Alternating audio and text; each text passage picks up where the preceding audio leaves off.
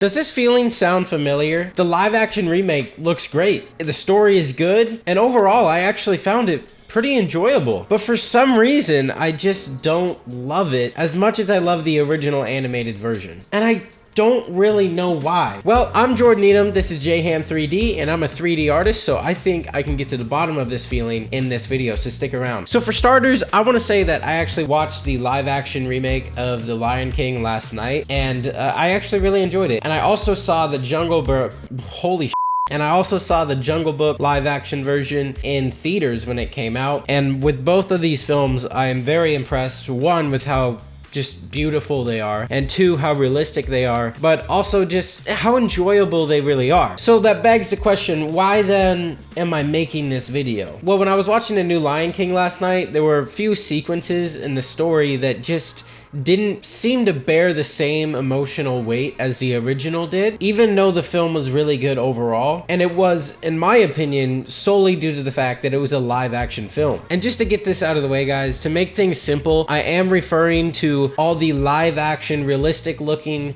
versions of these films as the live action versions, and the original animated versions, like 2D or 3D animated versions, as the animated versions. But as a CGI artist, I am of course aware that both of them are technically animated, and the realistic versions are just as much of an animation as the original 2D or 3D animated versions are. So what is it about the emotions behind animated films that just can't quite be carried over into a live action film? Well, number one, live action is storytelling with many limits to it. If we take a look at the 12 principles of animation, there's a few of them on there that live action can't do to the same degree that animation can, because you're abiding by real world physics, or you're at least attempting to be closer to that, because especially like the new Lion King, it's supposed to be pretty grounded in reality. Obviously animals don't talk, so that's not realistic, but they are going for it to look real at least. And when you do that, you're already stripping away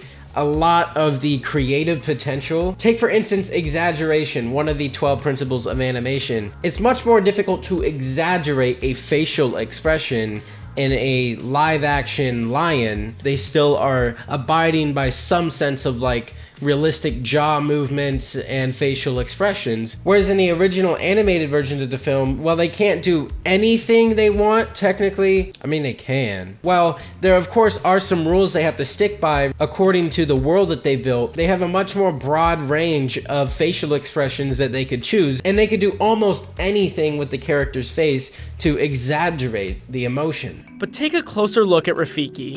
In the 1994 film, he stands while lifting the cub, and in the new version, he sits.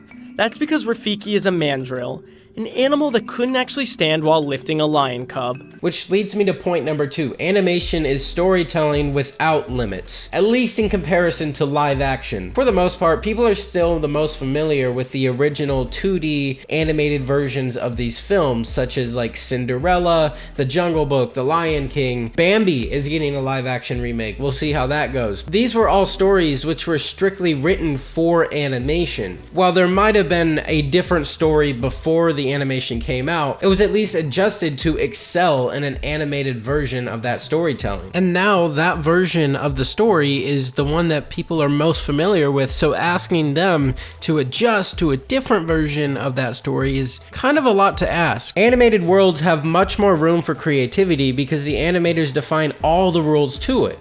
It doesn't really matter if your jaw can't actually drop to the ground, as long as it's entertaining, funny, progressing the story, and of course abiding by the rules of your world. There were a couple things in the live action version of The Lion King that really stood out to me as being different, and really highlighted the limitations of live action in comparison to animation. Number one, Scar does not look as evil. I mean, they did a really good job with him with what they could do, making him look realistic. The lion looks pretty like gnarly and badass. But if we take a look at Scar in the original Lion King, in the animated version, he's almost like red, like reddish orange. And the contrast between him and Mufasa, for example, it's very, very clear. I mean, he has like black hair, Mufasa has this like shocking red glowing type of hair, and then there's Scar, who looks like a complete total villain. It does feel a little more intense. Of course, no lions are really red like that and have black hair like that, but when it comes to storytelling, it absolutely works, and it's not distracting at all in the original, because it's just like, that's the world they built, he's the villain. It's very, very clear. And the second part of the film that really stood out to me as being just not as emotionally bearing and just like overwhelming was the death of Mufasa. Now, as a kid watching the original Lion King, this was like one of the most heartbreaking sequences of a film I'd ever seen. Of course, I'm older now, but overall, it just didn't feel as intense. I felt the same emotions, but just not to the same extent. And I think among other reasons, this was largely due to like the facial expressions, because this scene in the original is highly reliant upon like a few key facial expressions, especially from Simba.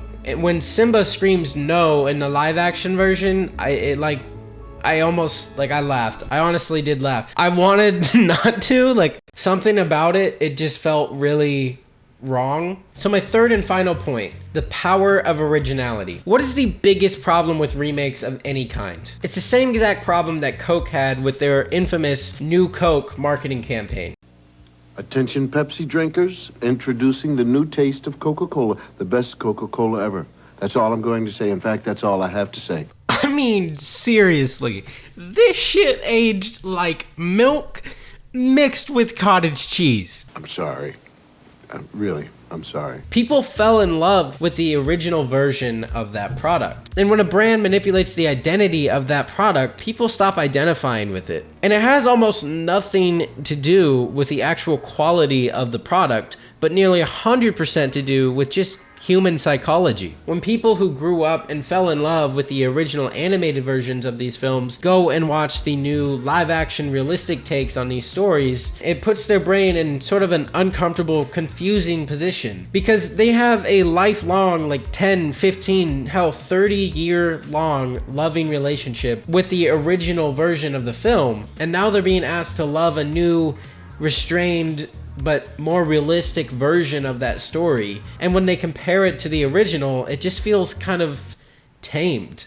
So my question I'd love to ask the people behind the green lighting of these live action remakes is, why do you believe this story is best told through live action instead of animation? Both mediums have their own unique abilities to tell stories, but you've already told what's potentially the most heightened possible version of the story via animation. So how is making this film more realistic gonna aid the storytelling? If you can't answer these questions, it leads me to believe one or two things. One, the film's focus is not really the story, rather it's a focus of like, look how visually breathtaking CGI is today, and look how far technology has came. I personally appreciate that because I'm a CGI artist, but that's a unique perspective. And number two, oftentimes these live action remakes are just an excuse for another cash grab for whatever reason, and it might be somewhat of a legitimate reason, like they want to tell the story of the Lion King to a new generation of kids growing up. And you know, I'm fine with that. Personally, I'm fine with that. These are simple bare necessities. Forget about your worries and your strife.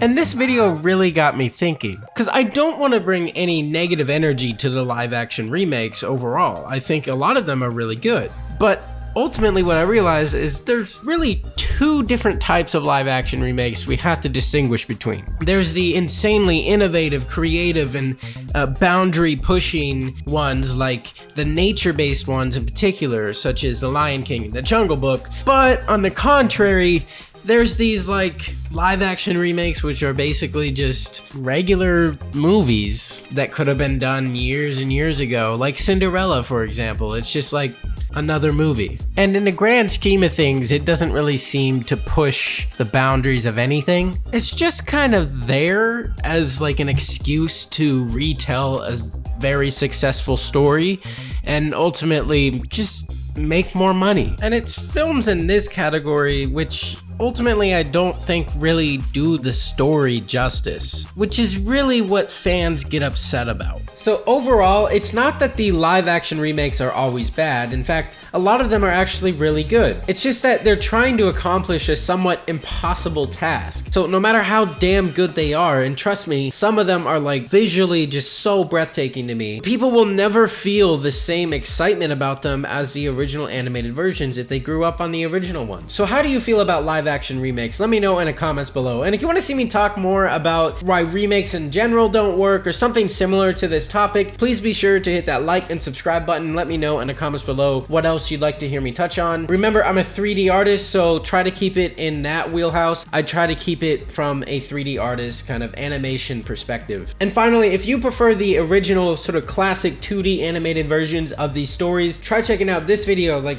right around here where I talk about whether cartoons have gotten better or worse as 3D animation has gotten more prominent in the industry. I'm Jordan Needham, this is Jham 3D, and thank you so much for watching.